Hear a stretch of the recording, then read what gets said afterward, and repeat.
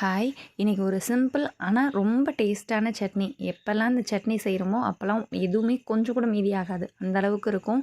வெங்காயம், தக்காளி, பொட்டுக்கடல, தேங்காய், பச்சை மிளகா, கருவேப்பிலை இது எல்லாம் உப்பு சேர்த்துட்டு கொஞ்சமாக எண்ணெய் விட்டு ரொம்ப வதங்கணும் அப்படின்ற அவசியம் இல்லை. கொஞ்சம் லைட்டாக வதக்கிட்டு அரைச்சிங்க அப்படின்னா செம்ம டேஸ்ட்டான சட்னி ரெடி.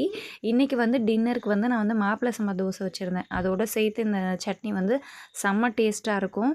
எல்லாருமே இதை ட்ரை பண்ணி பார்க்கலாம். எப்பயுமே ஃபேமிலியோட பிரச்சனையை பொதுவாக இருக்க இடத்துல காட்டக்கூடாது அப்படின்னு சொல்லுவாங்க. ஆனால் நிறைய பேர் அந்த பொதுவாக ஏதாவது விஷயம் நடக்கிற இடத்துல தான் நம்மக்கிட்ட எதுவும் நம்ம மேலே தப்பு பண்ணிட்டோமோ அப்படின்ற மாதிரி திருப்பிட்டு போகிறாங்க. அதுதான் எல்லோரும் நம்பவும் செய்கிறாங்க. அது எப்படின்றது தான் தெரியவே இல்லை.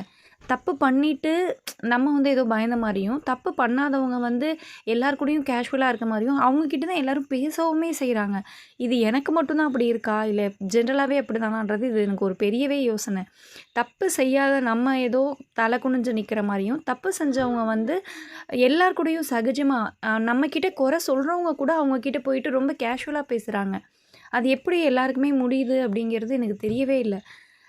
இந்த தோசை எனக்கு எடுக்கும்போது வீடியோ எடுக்கிறதுனாலே என்னமோ அது பிஞ்சு போச்சு. மற்றபடி தோசை நல்லாவே வந்துருந்துச்சு. நார்மல் ரைஸோடு சேர்த்துட்டு மாப்பிளை சம்பா தோசையும் சேர்த்து மிக்ஸ் பண்ணது தான் இது.